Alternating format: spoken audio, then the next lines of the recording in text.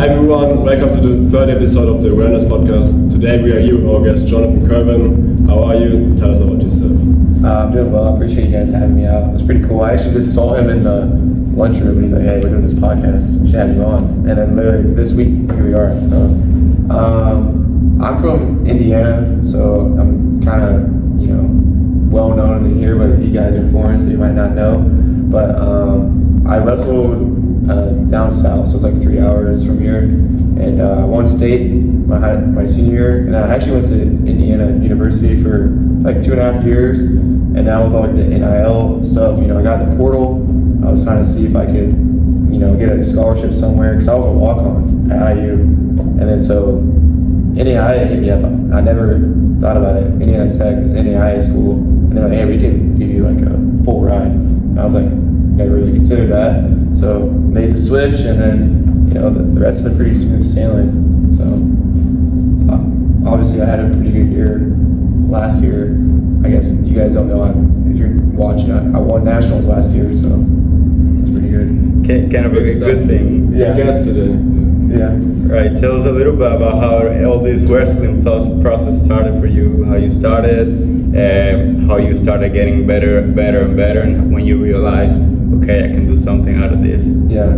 So whenever I was born, I didn't really have a choice, because my uncles are they wrestled in college and they're really good. So I was kind of born into it, and they kept pushing it on me. I really didn't like wrestling when I was little. I played soccer, baseball, football, all the other sports. I really liked it. And then finally, as I was getting older, I kind of felt like, hey, I have all these coaches around me. They're my family. So I started buying into it. And I actually was pretty bad up until maybe in my 8th grade, freshman year. I started having more wins. And then my first time I went to state was my junior year. So that's maybe my sophomore summer. I won this tournament. It's called freshman sophomore state. And then then I got 6th my junior year, 1st my senior year, and then I went D1. So it was kind of it wasn't from early on I had success. It was a thing I had to work at all the time.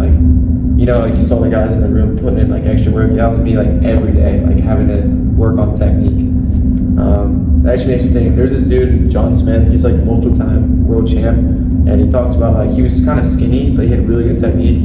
And I think that kind of inspired me. It's I wasn't the strongest or fastest, but I was I can be good at the sport and still have success.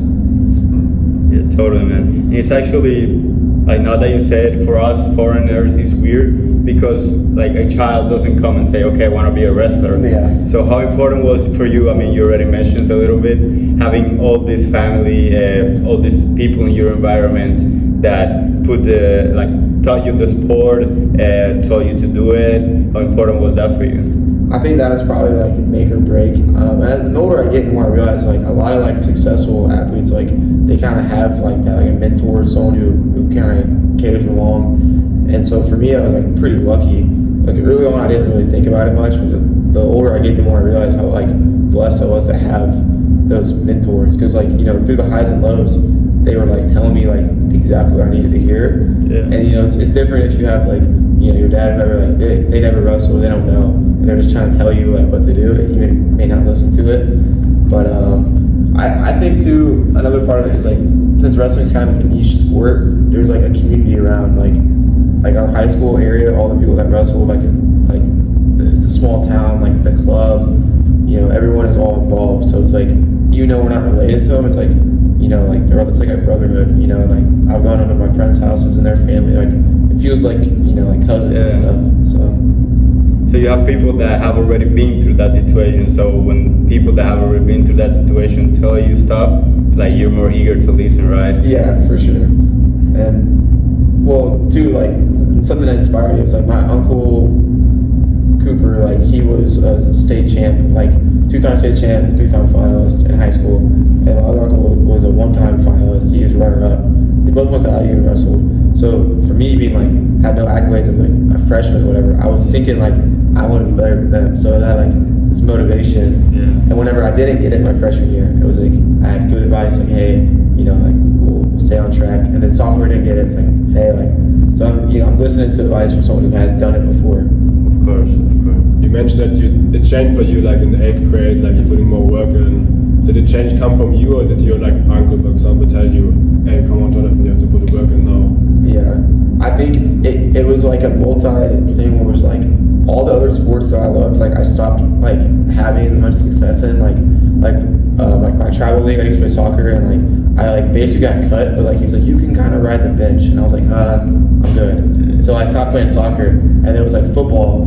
I was like same thing. I wasn't really getting playing time. I was kind of like in the back seat, and it was like I even tried out for basketball in 5th grade, didn't make the team. So it was like all these other avenues I was having no success in, and I was like, well, I might as well, this family craft. And I think too, I started to fall in love with like the practice. I used to not really like practice. It's hard. Like, and you saw me, I was in there sweating after like a minute. Yeah. And you say, this is hard. I want to play a fun sport like baseball or something. And like, so once I started falling in love with like getting better, and that was all I cared about, not winning or losing, I think that was what happened in 8th grade. I was like, man, I'm starting to figure stuff out. So yeah. Can you tell? I actually posted about that today, that the best, like the most effective way to get the best out of something is to like fully focusing on it. So you need to like set priorities, as you mentioned, like all of the other things. Maybe the hard way went off. There's your soccer league, the basketball. So you had to like fully focus on wrestling. Yeah. So was that like a very big important thing for you, that you only had to focus now on the wrestling part? Yeah, I think too, like freshman year, I went out for the football, like freshman football, and it was like the first week I was like, looked at the schedule, and it was like all these conflicts and all this dedication I had to put into football, and I was like, I think I'm just gonna focus all on wrestling, like instead of doing both and being like okay at one and okay at the other. Yeah, and I think it was hard at first because I saw all my friends like having fun and being on a team, and I was kind of like doing my own thing with like my own like the smaller wrestling group. But as time's gone on, I think they see like I had like a vision, and it paid off, obviously. You mentioned your schedule, like can you tell high school kids out there like what it takes to go from a guy who doesn't even enjoy doing wrestling to become a national champion? Yeah, I think it's like super cliche, but like for me, it's just been like consistent work. Like I'm pretty disciplined, and now like I didn't really think of myself as a disciplined person because like George St. Pierre, he's like a UFC fighter.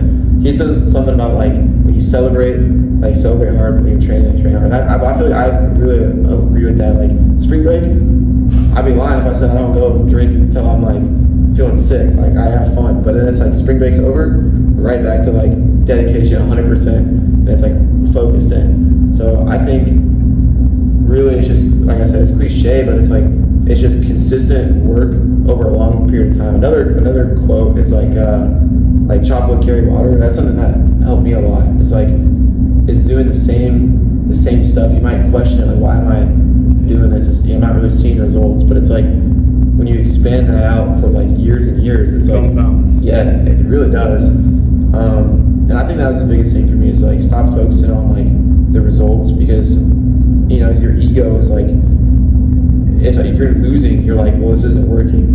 But it's like it has to be more like you believe that like the technique's there, or like I'm just still getting better. And that's very important what you mentioned. Like, of course, you can go 1 week in spring break, but the people think that the power and discipline is just never fucking up, never doing something wrong. That's almost impossible. Yeah. I think power comes from being able to say, okay, I have fun this week. I ate this dessert today, yeah. But having the power to then the other day come and say, okay, now I'm back on track again. And that's, I think, what discipline really looks like, Mm-hmm. So I think that was very interesting that you mentioned that for them. I also wanted to ask, okay, what was that moment in your career? You say like, okay, this can be taken to another level. I'm actually very good at this. I want to get something out of this. It was probably my senior year. This sounds bad because like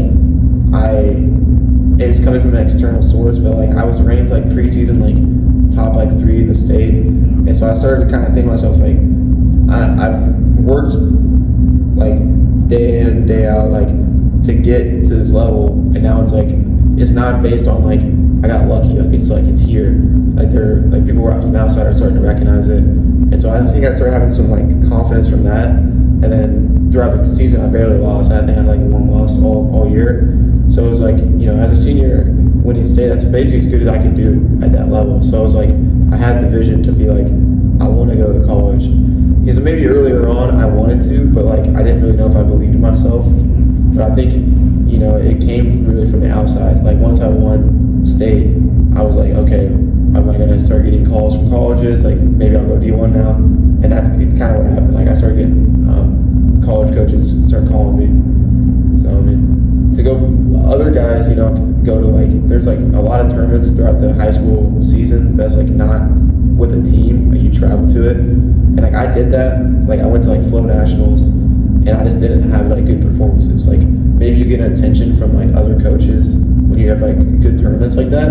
But I never really did. Like state was like my first like, hey, like I actually like won a tournament, and that was tough. So. Do you have any advice to like how to handle a loss? Because like I think in wrestling mentality is a big thing. Also like in other sports, but for wrestling it's like a one-on-one fight. So. Yeah.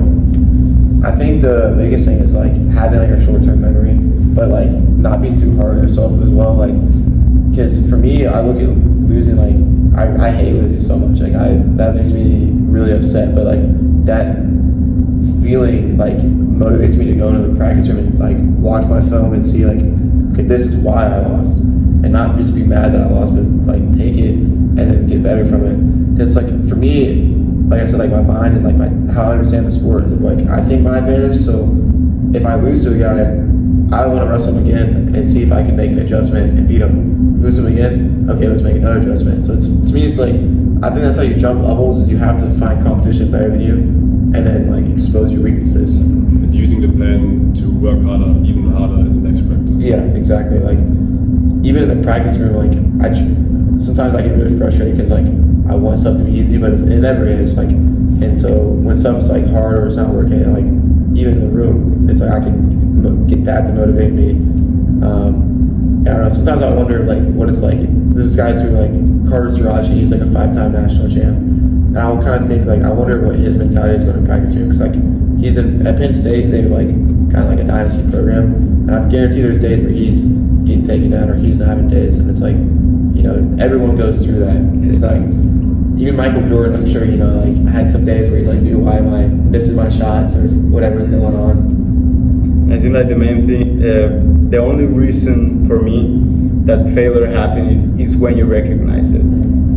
So if you think about something you did wrong as failure, then you're gonna fail. Yeah. But then if you see it as a learning experience and you embrace it and you use it to get better, I think that's when greatness happens. And as you mentioned, like you watch your film of the things that you lost, because some people don't even want to look at it because then probably makes them feel bad. But it's fighting through that feeling of feeling bad and embracing that failure and then learning from it. I think that's the best way to grow, actually. Yeah. I think too, I didn't even mention this, but like you gotta try to find something good that you did as well. That's what, like, there's another video that's really good. Like I like to watch like a bunch of high level guys. So like they're all like, I try to take away something from them. And like David Taylor, he just won bronze at the World Championships, and he talks about like try to find 3 things you did good, 3 things you did bad, like just in a practice and in a match. So it's like you kind of, it's easier for me to actually be critical of my wrestling, even if I win a match, than it is to be like positive. So I think that's a big thing. Is like building yourself up and saying like, hey, I believe in my ability to like perform this, or like, hey, I was trying to do it. That's even a step in the right direction. And for you, now it ties a little bit of what you're saying. For you, do you have something like a routine, I don't know, to give yourself confidence before going into each match? Yeah, that's something I try to talk to the younger guys about, but like I don't know if it's just like personality based, because I know some people who before a match like they just are like, oh, they yawn, and they don't really care, and they might go out there and do well. But like for me, it's like I like to have like an exact like structure, like to a T. Like I do the same thing before my match, like even like the same exact warm up, what I'm eating and drinking, the same exact like couple songs before I go out there, and it's all like. Because I used to talk to a sports psychologist, so like for me, there's like a graph of like you have like your baseline, like your sleep, 10 is like you're stressed out, you're really amped up, and to me it's like I think I need to be like a little like a 6 out of 10. Like I want to be like kind of like ready to go, but not like so amped up that like I'm sweating and like stressed out, you know. So for me, that whole system is like to get me exactly where I'm going to perform my best in my head. So what's your favorite pre-game nutrition or food? We usually have to weight cut. Like you can't really eat that much, so you need like, and you've been cutting out your carbs and like you're dehydrated. So I usually get like either like a blue Gatorade or like a Pedialyte or even liquid IV. That's first. Like I gotta get like electrolytes in, and then like a bagel with like peanut butter, just a bagel, peanut butter and honey probably. And then you're ready to go. Yeah, and then throughout the day, usually like if it's a one day weigh-in, I can eat like throughout the whole day. So it's like I'll maybe make 165 in the beginning of the day. By the end of the day, I'm probably like 175. Yeah. Run us a little bit through that process, the waiting process, because I think a lot of people find that very interesting. Like from the moment that do you guys do camp like before? Yeah. How all that process of starting the weight cut, the waiting day, and then after that getting ready for the match? Yeah, so it's like a normal practice week without competition, it looks a lot different because like, you know, like as the week goes on, you want to like taper down if you have a competition. And then there's like, we have here like a Friday practice is like our weight cut practice. We still wrestle and do stuff, but it's like we put on sweats and like we're tapering down. So for me, I walk around like today I was like 172, 173. I haven't had lunch, so sometimes most of the time I'm like 175, like about 10 over. That's like, I don't try to get any lighter than that because I'll start feeling like frail. Yeah. So basically throughout the week I eat the same stuff, like it's a pretty strict diet, and then it's like Friday comes and that's when I cut out like the carbs. So like I drink like a gallon of water every day, and so it's like Friday comes, I cut out the carbs, I start tapering down on my water, and then it's like, so that practice hits and I lost my weight, and it's like, but I don't replenish it, so that sucks. Like that Friday night, like until Saturday morning, like I'm not that happy. I'm like feeling pretty depleted, but you know, then it's like you weigh in and then immediately like eat, drink, and get it right back. Yeah. So I mean, I don't like cutting weight, but it gives me like an advantage because I mean I'm pretty big size for 165, I'd say. You know, and I was thinking about going up a weight class, so I had to cut like 174, but you know, as season's gone on, I just shrunk down. Because I was actually impressed because I saw national champion 165. And I'm like 160. I'm like, this guy's way bigger than me. So no, they had you wrestle. They try to get you to wrestle like maybe 149. Okay. Damn. Maybe 157 if you didn't cut it all. But like, you feel how hot it was in there? Like I lost 9 pounds the other day of sweat in practice. So it's like in a day. In one practice, yeah. 9 so like, pounds. yeah, and like to be fair, I sweat a lot. Like, I don't know if you can see my hands are like sweating right now. So it's like. Maybe it's lucky for the sport, like I sweat a lot, but you know, some guys are cursed a little bit. They might go to the same practice as me and lose like 3 or 4. And so you know. How does that practice look like? What do you guys usually do? It's usually just like this is like at IU is completely different. Here I kind of it's like unique. I think I didn't do this in high school either. So our weight cut practice is specifically for losing weight, and it's like you have a 3-man group, and so 2 guys are in, and then it's like you're in for 10 minutes, and then 1 guy rotates onto like a bike or like doing something kind of like catching your breath, cooling down, but still moving. And so it's like you're always doing something like rotating through. So every like 10 minutes, the drill we're doing switches. So like you kind of saw earlier, we're doing like the entry drill. They kind of start off more like slow in the beginning, and then it starts in like going more sparring, like moving around harder.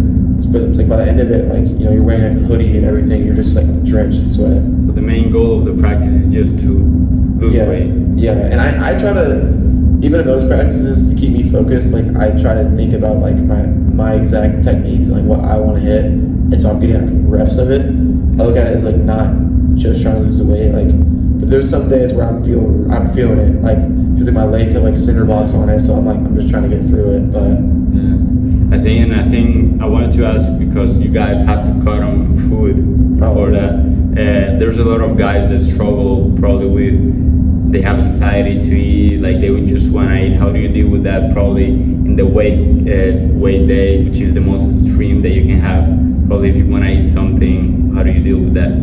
I think you were talking about like nutrition and stuff earlier, and I think if you understand like how your body like breaks down certain foods and like how like the science behind it, I think that helps a lot. Because you can't eat still. It's just like a matter of like what you're eating and how much. So it's like I never go a day without eating. Like I eat even on Friday, maybe even before bed. But it's like I'll eat like a spoonful of peanut butter or two, like get some kind of energy dense food in there. Maybe like some cucumbers, like some fruit, like something that just doesn't weigh a lot, that like, but it'll still give you some energy, some quick energy. So it's like, really the anxiety for me comes from knowing that like I'm gonna have to like put some suffering in. So it's like, it's almost like the far away. Like I know this week that Friday night I'm gonna feel like not that good. It's gonna be the first time this year I had to make weight. And so that's stressing me out a little bit, knowing like I'm gonna feel bad, but like the actual eating the food and drinking, that's like easy for me. Like I've done it for so long now.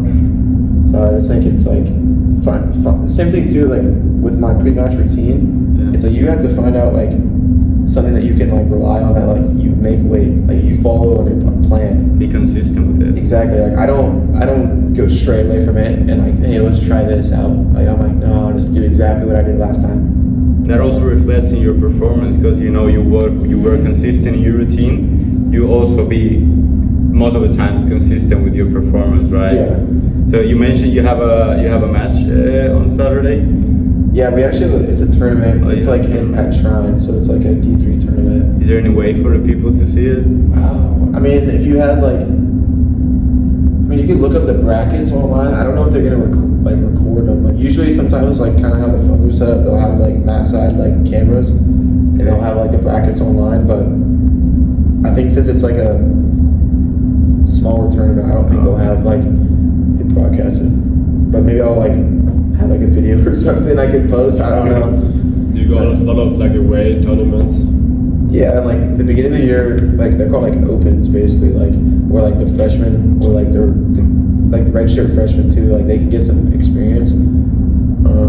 So the beginning of the year was a lot more tournaments, and then like probably like December-ish or whatever, like we stopped going to tournaments and it's just like duels. So I mean, I didn't go to we had the first tournament of the year, and like coach didn't have me, our 125 pounder Alan, he got like 6th last year, and then Elijah Chacon at 157, like he just told us not to go basically. So now it's like, but now we're back on the track, like couldn't go to this next tournament. I mean, all the practice is time consuming when you be on the road for the tournaments. Like how do you manage like your academics as well? My best advice to anybody out there is if you're in two schools, either you're planning to use college to actually get a real like degree and you're gonna go into that field and take that seriously, prioritize that over wrestling. But it's like if you're just kind of want to wrestle in school and you're like no, and you know you don't really care that much about your degree, find an easy degree. You'd be surprised when people like will have a really complicated degree that they don't even like care about. I'm like, why are you doing that to yourself? Like you're just failing your classes, have so much homework, like you don't really care that much. Like it also reflects in the athletic performance because you're stressed out about the other. Yeah. So I took that. I used to do finance.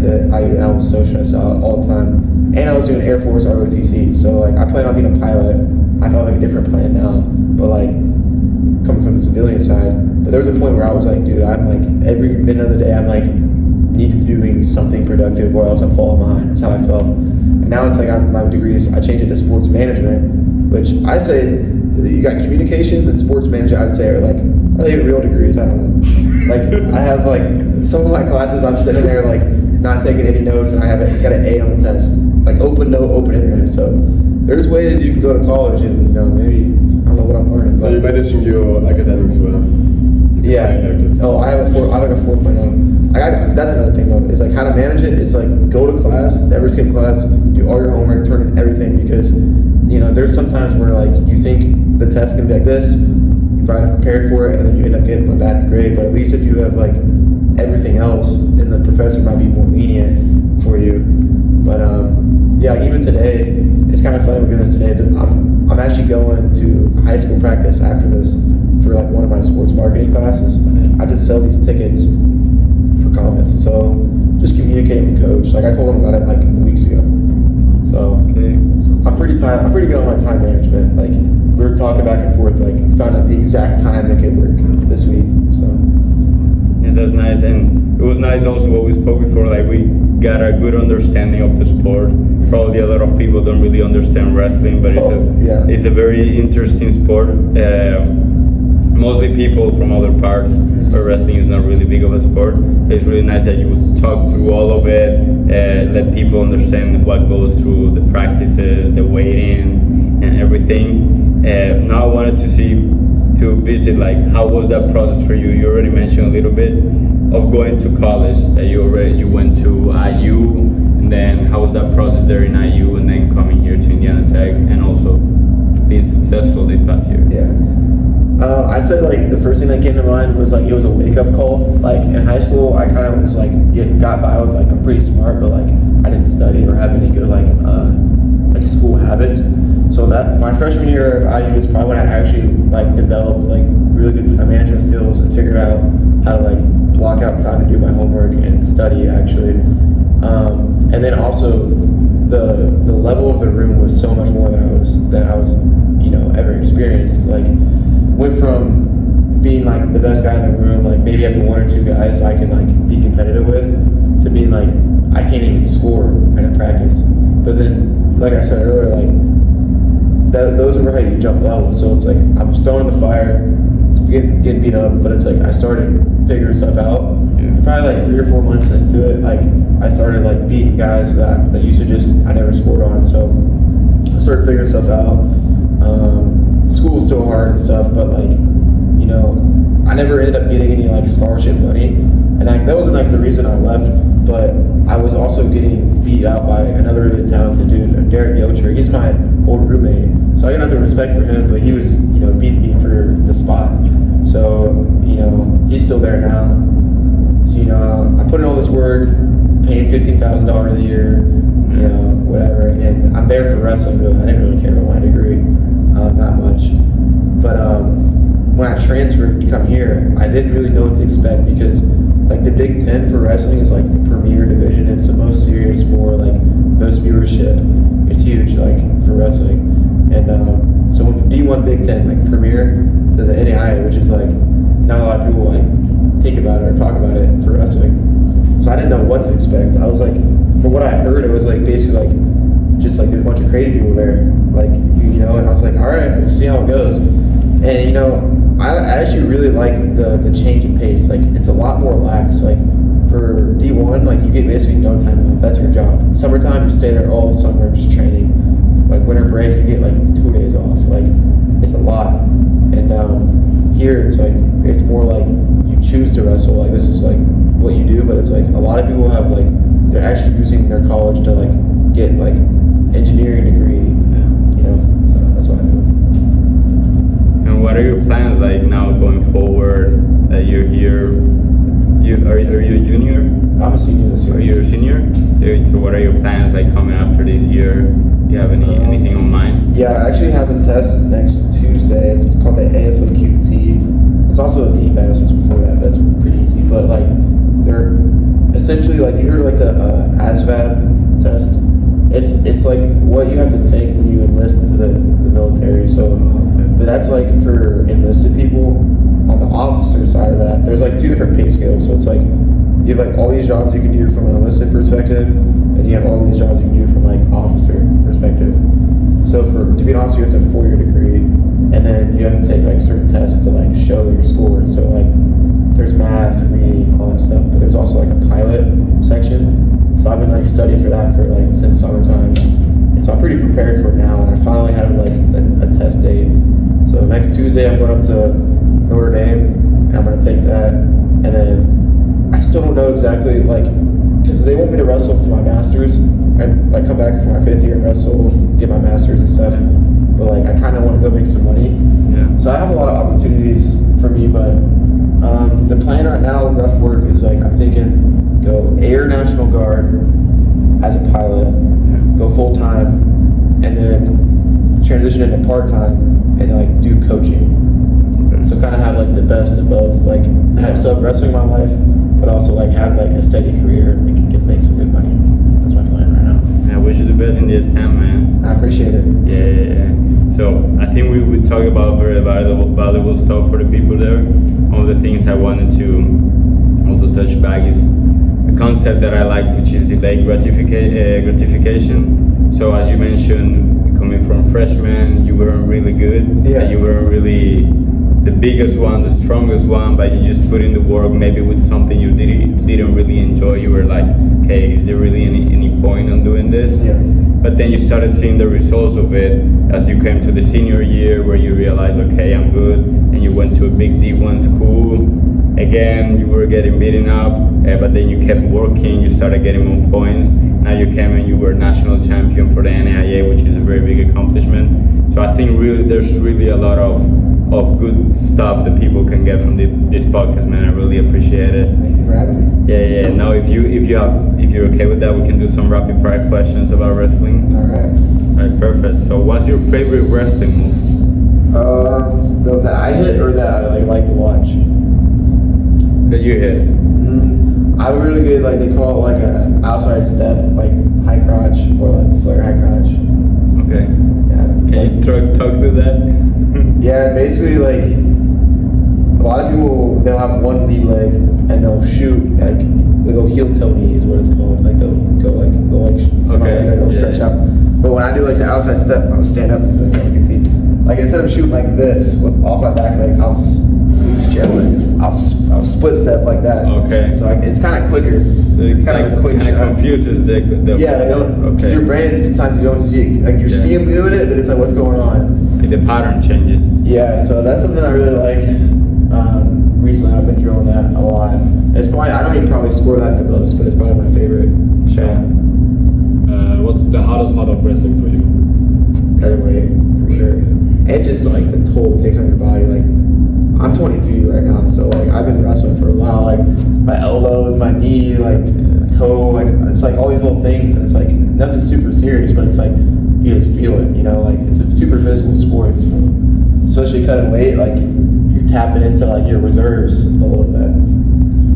And you already talked about this a little bit, but probably it's not the same answer. Who's been your toughest opponent? Toughest opponent. Trying to think. I know in high school it was Matt Lee. He's pretty good now, so it makes me feel better. His brother is like a national champion, so like he comes from same thing for me. Like he comes from a wrestling family, and he wrestles in Penn State now. But in high school he just always beat me up. But I'm trying to think of college. I really can't think of. There's always a funny story. Like last year, like the returning champ when I came in, I wrestled him first match of the year. We went to overtime. I should have won that match. I blew it. And he beat me, so I'm pissed. Like first match of the year, I lose to the You're at Tech? Yeah, last year. And then, Is that the one that is in the other things of national champion? yeah. Well, so last year I won, ended up winning the whole thing. But like before I even came here, he won it last year. So he won the it. redhead one? No. He won it at like his school. Like Oh, okay. so it was like my opponent. All right. Menlo College out in California. So we flew out there, we wrestled him, and I just like, he was a good wrestler, so like we had a good match, and he ended up beating me. Then I wrestled him the next day, he got a point, 1-0. And I was like, dude, I'm so close, but he's frustrating me. Then he wrestled the third time, and I finally got him. I beat him, like last second takedown, and I got him. And that one felt really good. And then we wrestled again in the semis at nationals, and I beat him again, and like, that's whenever I kind of tweaked out. I hit like a celebration, and I danced, and I was like 2-2. This is my weight class, bitch. And like I like tweaked out. And then after the match, I calmed down. I was like, what am I saying? He's like a worthy opponent. And he came up to me all mad. He just wanted to fight. And I was like, dude, I'm sorry. That was not me. Like I shook his hand, and I said sorry, but like it was a little embarrassing. But Yeah, I mean, I suppose in wrestling you get a lot of heat in your head. oh my gosh, yeah. I kind of talk about this sometimes, but it makes me think, you know, like Star Wars, like there's like the Sith and the Jedi. Yeah. For me, I think I would be more of like a Sith because I like channel it, the dark side more. Like before my match, I listen to the Halloween song, like the Michael Myers, and I think of myself being like a relentless, like, and I kind of sometimes like tell myself that he's trying to take something from me, he's trying to steal something from me, and it makes me like kind of angry. And I think that makes me wrestle more better than when I'm like, oh. It's like you're my friend, like so. Yeah. I also heard that Kobe Bryant listens to the Michael Myers. Yeah. Did you get it from him? I got it from him, and then also Carter Strachey I talked about earlier talked about it, and like made me realized like maybe there was something to it, you know, if like Kobe's done it, he's done it, and they both had success. So I started messing with it. I think the biggest thing is like, if you imagine like, what does Michael Myers like represent? Like he never gets tired. He's relentless. He's scary. Like I think that's kind of how you want to be as an opponent. Like this dude like doesn't stop. He just keeps going. Yeah. Can't kill him. The next question was about your favorite walkout song. Favorite walkout song? I mean, I wouldn't walk out to Michael Myers. I don't think. That's more for just like my Too scary. headphones on. Yeah. I don't know because I'm not a big favorites person. Like I kind of switch. Like I get like I'll like have a song and I'll listen to it so much until I get tired of it. Yeah. And have like a new song. You'd have to catch me in like the moment. Like from our recent Instagram post that I was Frank Sinatra, like My Way, but it was kind of talking about like yeah, it makes me think of like the final chapter of my senior year. But let me think. I think it's Check This Out by Key Glock. I really like that one. Okay. I don't know this one, That's another one I just listened to that I don't think I would like be like. Cause I think when you put a walkout song, it's almost like it's trying to represent like who you are. Yeah. I don't think I'm like Key Glock really, but we'll have to work on that later. Yeah, I mean, I think we can see it now, but we're just wanted to ask high top or low top in the rest shoes. High top. That's the answer. Yeah, I think most shoes have a high top because for ankle support. Yeah. Because I mean, people roll their ankles all the time. I'm trying to think if there's any low top wrestling shoes. I will say the better question would be low ankle. Like people wear their socks, like usually wear their socks like this, like high socks. But some people wear ankle socks, and I think it looks terrible. And so if you're an ankle sock guy, You're gonna take them down. yeah. I mean, you mentioned a lot of quotes throughout the podcast, but do you have like a favorite quote? And favorite quote. Well, the first one that comes to mind, if it was easy, it wouldn't be worth doing. That's what I think about sometimes when stuff gets hard. And then I think another quote. It's like, ships are safe in the harbor, but ships are meant to go out to sea. I think about that sometimes, like being in the practice room. Like you can mess up as much as you want in there and feel safe in there. Like there's no problem. But like we're supposed to go out and compete, where it's like the waves are crashing down. It's a pretty good metaphor for competing, I think. I think people sometimes, coming back to the first quote, people sometimes underestimate how hard things are. Yeah. Like they think it's gonna be easy, and as they get some hardness in it, they just give up. Yeah. But the real point of it is being hard. If not everybody will be that, you know. Yeah, and that's like, if you're gonna do something that's like easy, then it's like, what was really the achievement in it? You know, like if it's like you're bragging about doing 10 push-ups, it's like, okay, well, anyone can do that. And it's more something that's like hard to get. I think is where it requires the most sacrifice and like is the most rewarding. Because last year, like I hurt my knee, like and it was like a lot of like suffering, worrying, like praying, like, and it was like, but then it was worth it in the end. It was like, okay, I stuck it out, went through all this pain, and like, you know, it worked out. Yeah, that goes back to what I mentioned before, the delayed gratification. Like things that are hard are gonna take longer, are gonna be harder. You're gonna question yourself why you're doing it, but then that gratification that comes afterwards is gonna be way bigger. Yeah, it makes me think of like, I've been talking about this a lot. It's like, after last year I won, I was like, I had this plan. I was like, senior year, I'm not gonna care about anything. I'm gonna go basically off the deep end. I'm just gonna like have fun and like live up my senior year. But it's like I realized that's not really who I am. Like the routine and like being like the grit of like just going to class on time, like going to practice, like doing all these things. Like that's what I actually enjoy, even though it's not flashy or whatever. Like everyone loves to go have fun and like go out and like stuff, but it's like sacrificing that like for that delayed gratification, like is like I feel like I'm more comfortable in that, like missing out on it and then like getting the fun after that. Yeah. It's just way more fun to eat your cake after you win than it is. Of course. Yeah. To eat it and then feel bad about it. Exactly. Yeah. That's how I feel. I mean, sometimes it frustrates me because the freshmen or like younger people, like I'm like literally doing the same stuff I did last year and I had success. And it's like I don't think a lot of people are like trying to like watch what I'm doing and be like, how is he doing his day by day? And it's like, you know, they're doing their own thing, which is fine. You know, young men, they don't listen very well anyways. But like, it's like if you just follow me around, you see it's like it's pretty simple. It's like do the right things when no one's looking, and like just have like a structure to your life, and it's like whatever you're putting into it, if you're consistent, it's gonna get something at some point. Like you reap what you sow, you know. I actually saw something about that yesterday, that like people are like, you're not special, just do what the other person did to be successful. Yeah. And if it's not working, there's probably something that you're missing. Yeah. And you have to be very honest to yourself, saying, okay, am I doing what he was doing? Like, is this actually the exact same thing? Because if you're doing it, like, there's no reason for you to fail, because it's a proven formula, you know. Yeah. So I think that's something a lot of young people miss. Yeah. Also, do you prefer evening or morning practices? I've had both. I honestly prefer evening because, like, for me, like, I take practice really seriously, and sometimes, like I told you on my degree, it's easy for me to, like, roll out of bed, throw on a hoodie, go to class, and, like, you know, check that off. And then, like, then my routine's perfect this semester, and then I have time to eat, do homework, do whatever, get fresh, like, take a nap.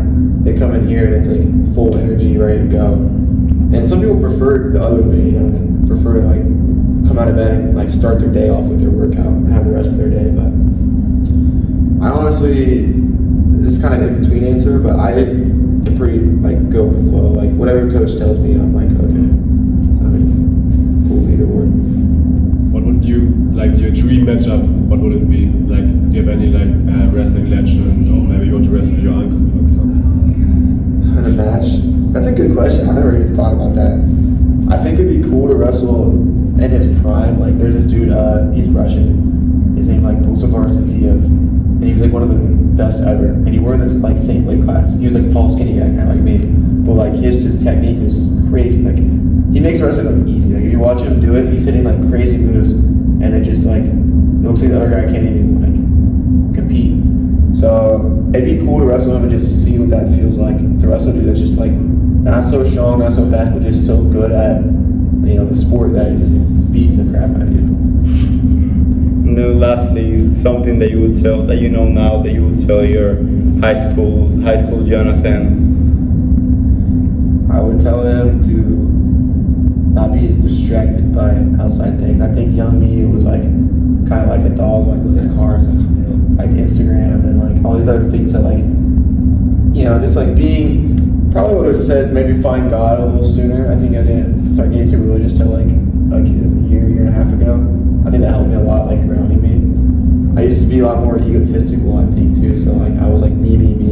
So I think that's probably what I tell myself is like try to like remove your ego and like look at things through other people's perspective a little more. So I think once I did that, like it helped me be a better like leader, teammate, you know, like family member, friend, like all that stuff. I feel like ever since I started stop focusing on myself, it's like I actually grew the most. Yeah. Which is funny. So that's what I tell myself. It's like stop being so full of yourself. And just I mean, look at the board up there. We got Bible study going on in here. We got Psalms 23. So I mean, there's a lot of good wisdom in the Bible about like even like sports and stuff you can relate it to. It's like a metaphor for life in a way. Yeah, so of course. Well, man, it was very nice having you here, man. That was it. Really appreciate you. I hope everybody that's watching this can get a lot of value from it, because there was a lot of things, valuable things that we talked here, we discussed. So I hope that people got some value from what we talked about. We hope to have you here again. It was nice speaking to you, man. I appreciate it. Yeah. Go Warriors.